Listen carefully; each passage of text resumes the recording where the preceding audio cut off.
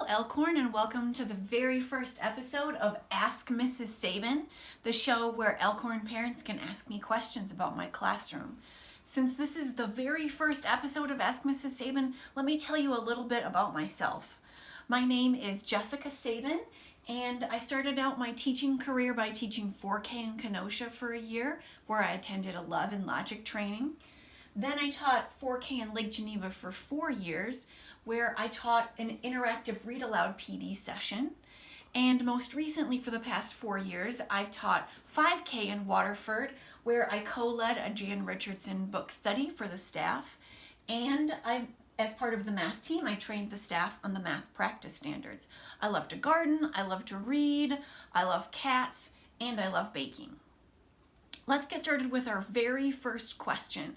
The first question comes to us from Molly, who writes, I have twin boys. Fred is a strong reader and confident in math, but George struggles in both areas. How will you meet both of their needs? Great question, Molly. In my classroom, differentiation is really important. For instance, in reading, I conduct guided reading groups or individual conferences with students to support them at whatever level they're at. I also let students self-select books that are high interest, that are just right for them. In math, I like to do things like a math talk with a strategy focus, where children can approach a problem from an entry-level strategy or from a higher-level strategy, and then share out how they solve the problem so they can learn from each other. And they have access to differentiated learning centers. If needed, children can attend interventions that might include folding in, letters or sight words, press, or guided compass as needed. And finally, virtually, children can access learning paths online like Lexia or Compass or a similar program, or I can give them feedback on different assignments through apps like Seesaw.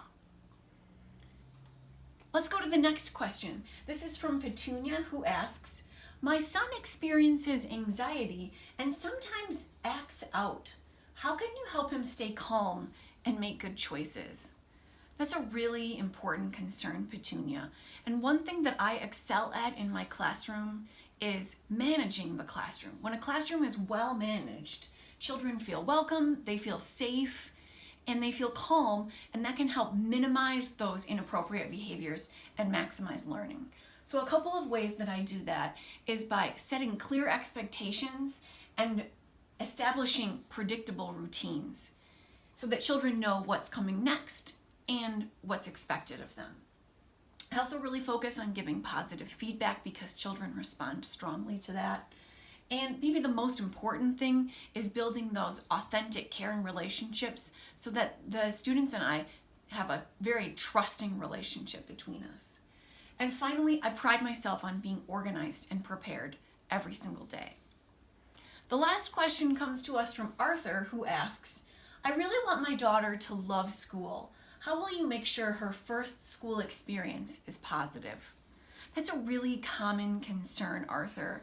And what I want to talk about is being developmentally appropriate, where you're going to engage the whole child and not just the academic part of them.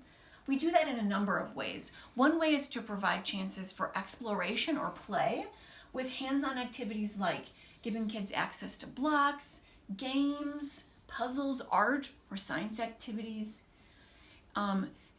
Challenging kids with fine and gross motor activities like cutting, drawing, writing, and coloring. And gross motor activities like music and movement or recess. And maybe most importantly is growing the social emotional part of children. Talking about character traits like patience or generosity or kindness.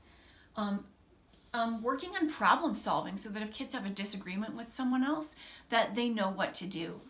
And finally, allowing kids quiet times to rest their brain and their bodies as they need to.